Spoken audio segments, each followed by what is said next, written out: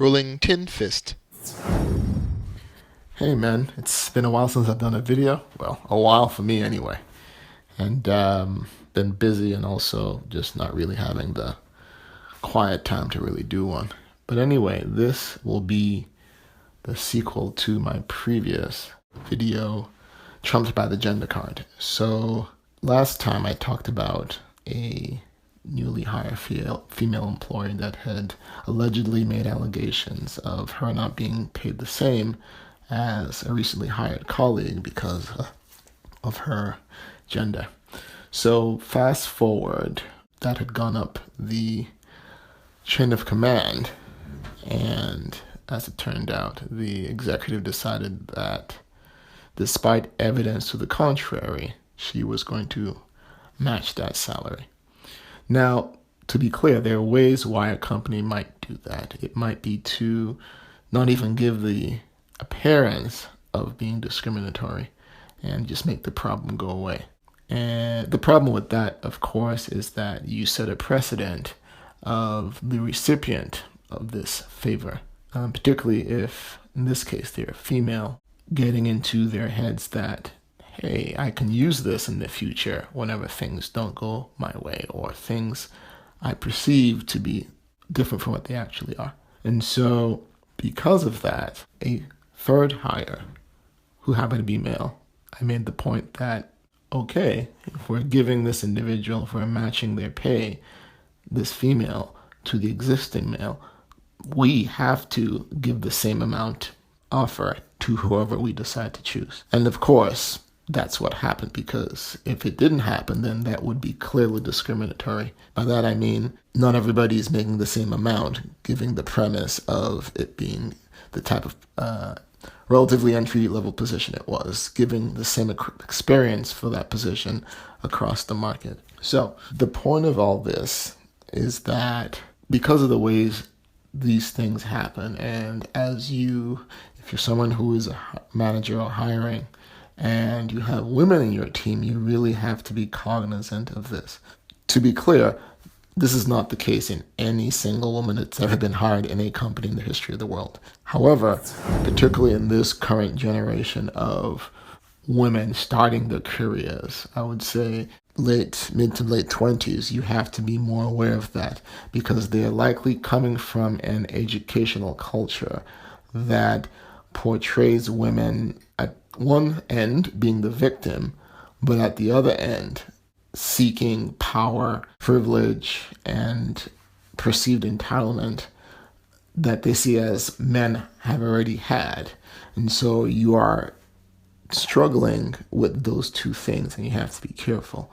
You have to be careful in terms of, if you're a male manager, having one-on-one professional sessions with a female direct report, for instance, to talk about performance, to talk about, merit increases, or even just coaching. You have to be really careful about that. Also, in terms of the language used within the team, you have mixed gender teams. You have to be careful of the language used. You really have to, take the sometimes, unfortunately, high road of telling somebody that, hey, in private, of course, look, maybe you were behaving that way once upon a time and nobody made an issue of it, but things have changed. Given the makeup of the team now, you have to be more aware of it. And frankly, that's something you ought to do if you are a manager in a leadership position, because at the end of the day, you not only need to protect the integrity of the company, but more importantly, the integrity of the team. Because if your team becomes disarrayed, or if somebody, God forbid, makes an accusation of harassment, discrimination, whatever the case may be, it basically becomes a second job for you as a leader. So it's important to be aware of that. I think in light of the recent debate between presidential candidates and, all the revelations that have come out, I think some of the concerns, my hypotheses anyway, is that by having a female executive leader, a lot of these things that we've talked about within the manosphere, in terms of how women use their acquired power or privilege or gender to kind of use that to right the ills or the perceived ills against women in society. And so there's concern about that, but there is reality-based sentiments on that. In organizations, you sometimes have women who aspire to those positions to use it as a platform to right either real or perceived wrongs against those of their gender or other, social justice initiatives. Again, if that's done in such a way that it isn't substantiated by objective hard data, again, it can throw organizations into turmoil. Whereas instead of using data to inform decisions, it's based on emotion, it's based on sentiment, it's based on, what's in the media. And again, that can throw particularly teams downstream to that executive into disarray and chaos. So at the end of the day, things are fine where I am. It just worked out together that, the woman that was hired was as good as we thought she was, because that's why we hired her. It worked out. And so nothing in terms of the work itself is suffering. However, you may have the case that's different. You may have the case where you have a female hire that, plays the gender card and turns out not to be as productive as maybe the person interviewed for. And you have that issue with anybody that you hire that is less than what they promised or what they appeared to have skills for. And you have to deal with that.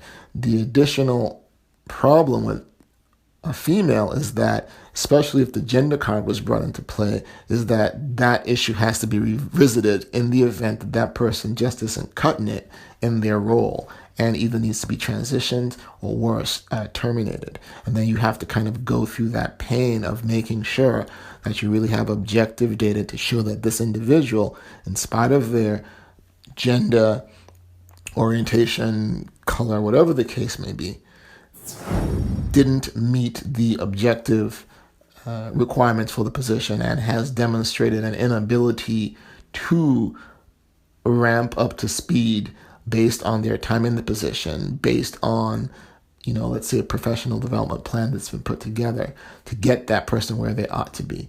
And being able to show that this individual, unfortunately, hasn't been able to meet that. And that's the basis why you may have to terminate that person and make it clear that it has nothing to do with, their gender, race, etc., etc. So anyway, just wrapping up my thoughts on that. Let me know if any of you out there have had similar experiences, either as a manager or a worker somewhere, and put it in the comments below.